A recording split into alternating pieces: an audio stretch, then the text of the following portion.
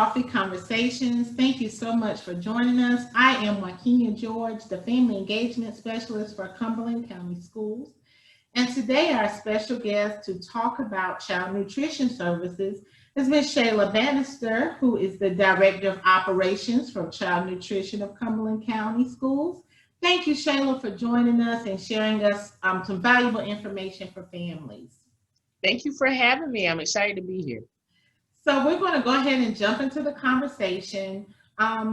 We know that eating is a very important part of not only a child's life, but everyone's life. So Shayla, can you tell us a little bit about the child nutrition program and how vital a role it plays in our school district?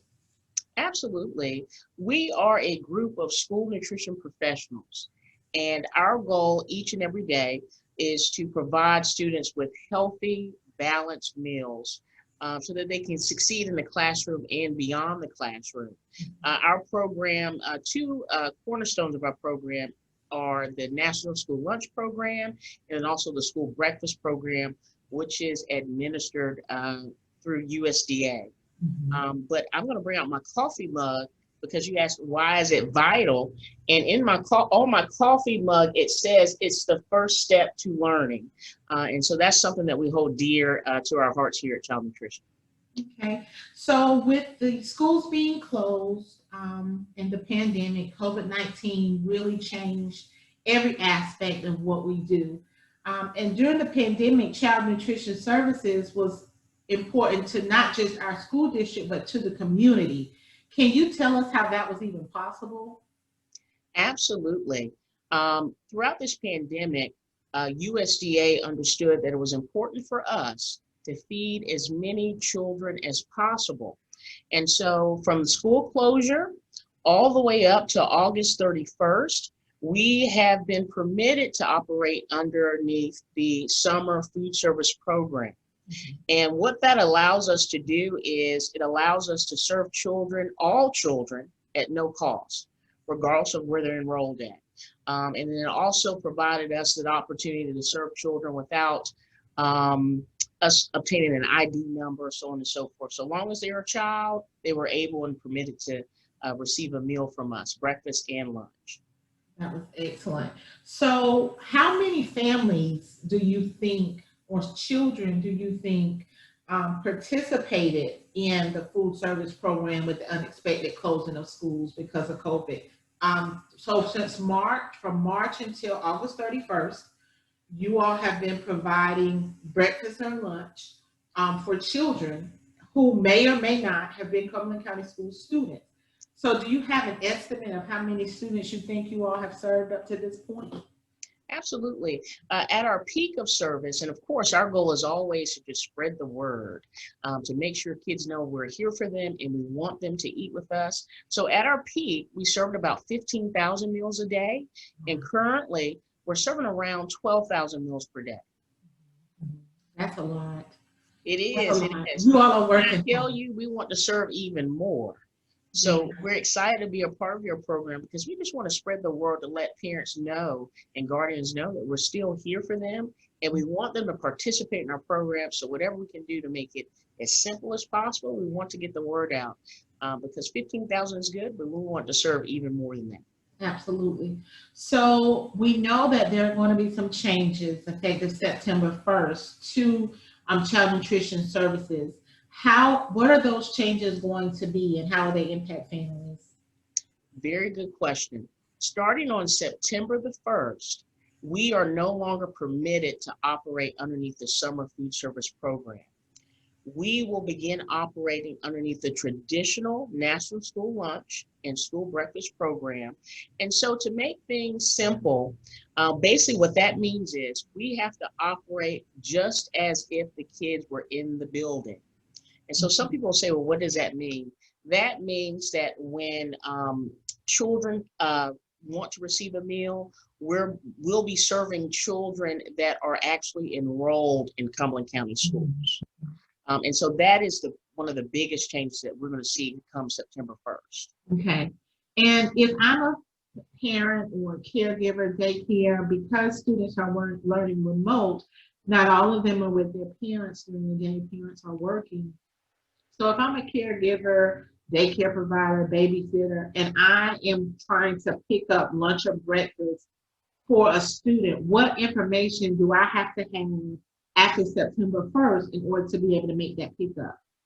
Absolutely. We want parents, caregivers to make sure they go to the mill site. And when they go to the mill site, if they could provide us with the child's Power School number, their name, and the school in which they're enrolled at. Now, if the parent does not have their Power School number, we'll do our best to help them look it up.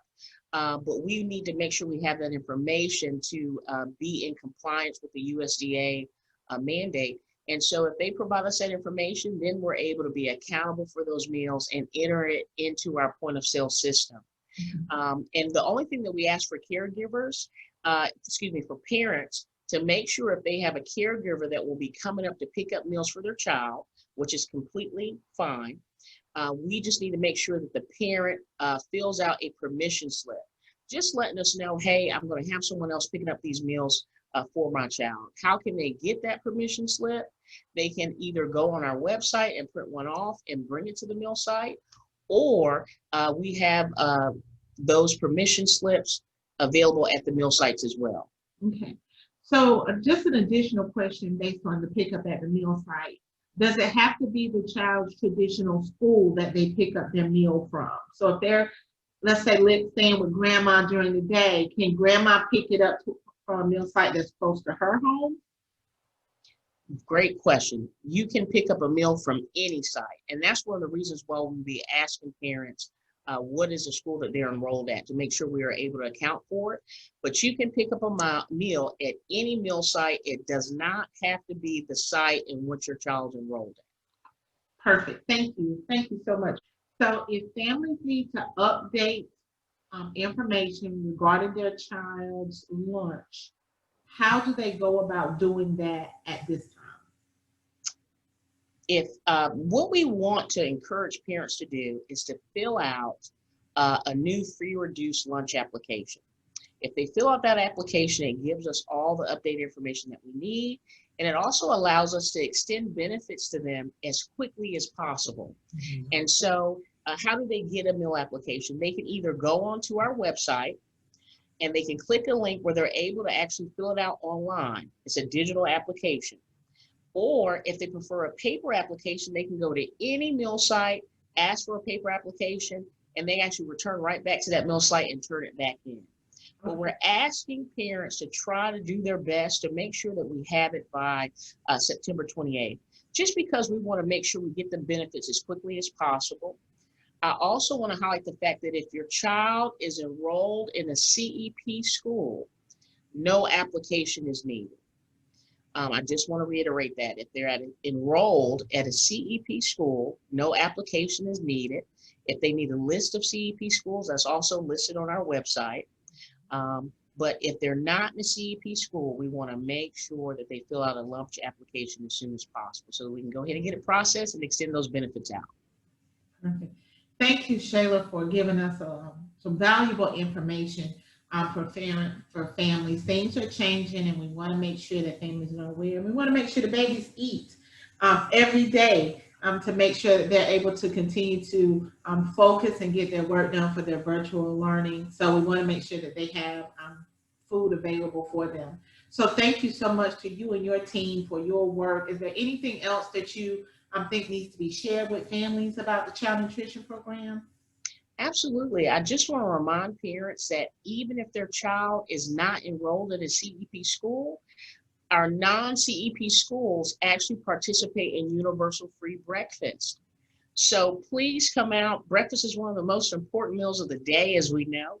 So we want them to come out irregardless to make sure they at least get a breakfast, even if they're not enrolled in the CEP school. And then the other thing that I want to remind parents of, if they have any questions or concerns, we welcome that. They can go on our website and send us a quick message. We'll get back to them as quickly as possible. Or they can call us at 910-678-2502 if they have any questions, because we just want to be a resource and we want to just help as many people as possible. And so we know that there'll be questions, and we just want to let them know that we're here to answer whatever they may have. Thank you so much. Thank you, Shayla, for joining us for our coffee conversations as the Director of Operations for Child Nutrition. We appreciate your hard work and the hard work of your team during this pandemic and moving forward. Thank you so much. Coffee Conversations, again, is part of our Cumberland County Schools Family Academy initiative that seeks to meet the needs of our families by providing much needed information from some of our school district leadership and staff. With each episode, it is our goal to engage in conversation that is informative, insightful, and encouraging to our Cumberland County Schools families. So thank you so much, families, for joining us for another episode of Coffee Conversations. Thank you, Shayla, for joining us.